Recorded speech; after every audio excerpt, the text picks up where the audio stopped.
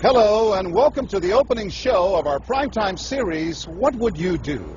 If you see something and you think it's wrong, do you step in or do you step away? What people say and what they do aren't always the same. That's why our hidden cameras are so revealing. In our first scenario, we weren't sure what to expect when our opinionated man behind the counter meets the Muslim woman in a headscarf. Deep in the heart of Texas, at this little roadside bakery, bigotry is being served with a coffee and dish. Sir, I had a question. No, ma'am. We don't serve Muslims here. I'm sorry? This is America. We're at war with your people. I don't know what you think I am. I'm just trying to get an apple. Well, you're a terrorist is what you are. So... Excuse me? You got to take your business elsewhere. We don't serve your kind here. The other customers at this bakery near Waco seem to hear everything, but they barely look at the Muslim woman, even when the language is tough to take. Get back on the camel and go back wherever you came from. Sir, I'm an American. I was born and raised No, in you're this not. country. Americans don't wear towels on their head. Muslim Americans say these are words they hear all the time in all parts of the country. But here at the bakery, what the customers don't know is that this Muslim woman and the man behind the counter are actors. The bakery is working with us, all part of a primetime hidden camera experiment on prejudice and patriotism. Please take your business elsewhere.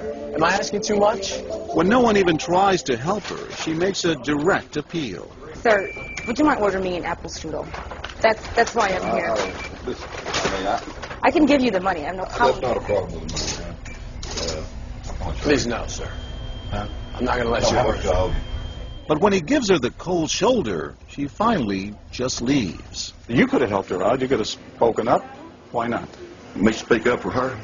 Well, if he tried to do some harm to her or something, then I would have. But why not try to set him straight? I really think that a person that owns his own business should be able to say who they sell to.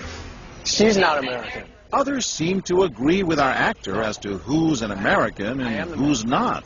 Is it all based on the way we look?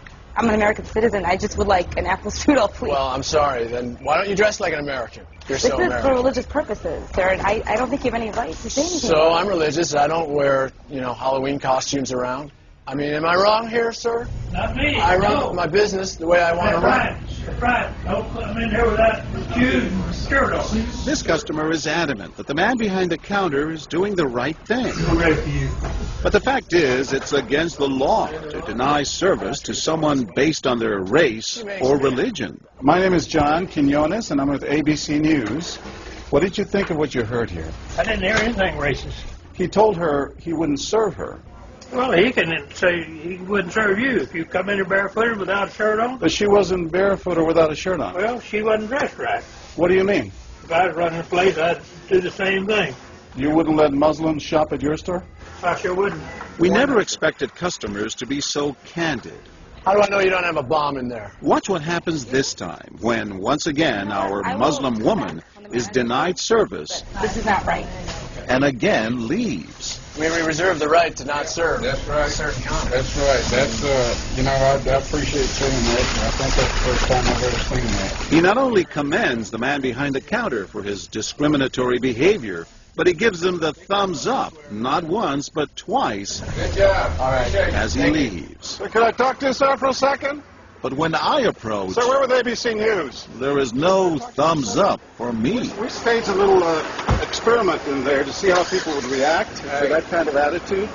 You're not an American. I am an American. That man took it a bit farther, telling me I'm not an American. He was threatened. Jack DeVideo is a social psychologist at Yale University. So when we as Americans feel threatened from the outside, we're going to define ourselves in very rigid fashions. Either you're with me, and if you're not really one of me, then you must be somebody else who's against me. The young woman in our experiment is an actor, but for this woman, discrimination is all too real. Nahaya Javed helped us design our experiment. Although born in Chicago, she says she's constantly characterized by fellow Americans as the enemy. They always start off with, you're a terrorist, Osama lover, towel head, camel jockey, on and on. While attending college in Texas, she says she continually suffered verbal abuse and has even been physically attacked just because she's Muslim. They assume I'm not from here, and if I tell them I'm American, they're like, no, you're not. Just because you were born here doesn't make you American. And I'm like, so what makes you American? It's a daily battle. Mm-hmm. And I don't feel like living in America, I should have to fight this battle.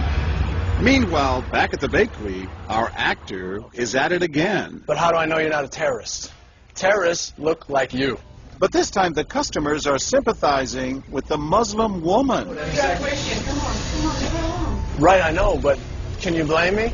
Yeah, I can't blame you, actually. Why? What's the problem? All right, we'll get out of here. You need to go yourself, actually, what you need to do. Okay, sir. I'm a good American, all right? We're at war with these people. My dad's a veteran. Go yourself. So is mine. And he's not the only one who walks out in anger. You need to stop segregating against people. It's wrong. Excuse me? She's an American. No, like you're a bad American. Time and again, people speak out with their pocketbooks. You ordered a couple of customers, just so you know. But look what happens when this man threatens to leave. You're not a good American, sir. I believe I am a good American.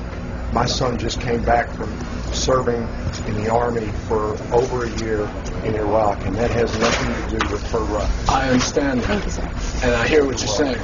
But I can't believe you would be so discriminatory. I'm deeply offended by that. I'm sorry to offend you, sir, but I've got to live with myself. Seething, the man vows to fight back.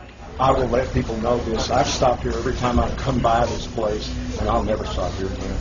Why did folks get so upset? They saw an injustice. It's justice that binds us together. It's justice that makes us a society. Any threat to that kind of sense of justice and fairness undermines the entire system. You're really not going to serve her? No, I'm not. Perhaps that's why more customers are outraged by our actor's hateful behavior than approve of it. You're not dressed like an American. But no one is more persistent than these two young women who can't believe what they're hearing. Take your jihad, take it back out to the parking lot. Excuse me?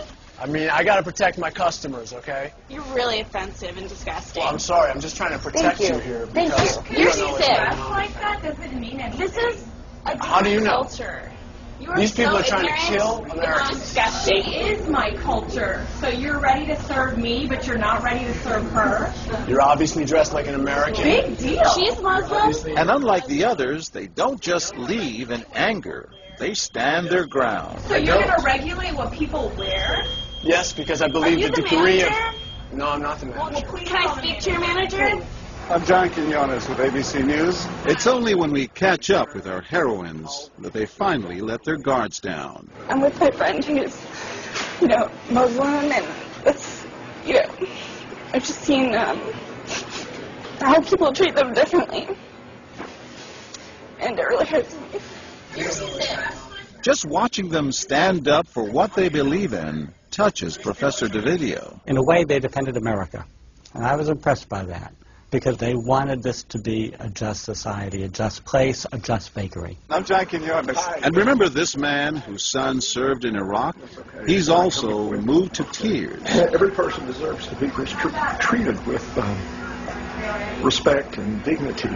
No matter how In they're every dressed. situation, no matter how they're dressed. Never have we seen reactions so polarized, from a thumbs up for prejudice to an emphatic thumbs down. Go yourself. Two different Americas, both convinced they're patriotic. At the end of the day, 13 people stood up for the Muslim woman, while 6 sided with the clerk. But the majority of the bystanders, 22, did or said absolutely nothing.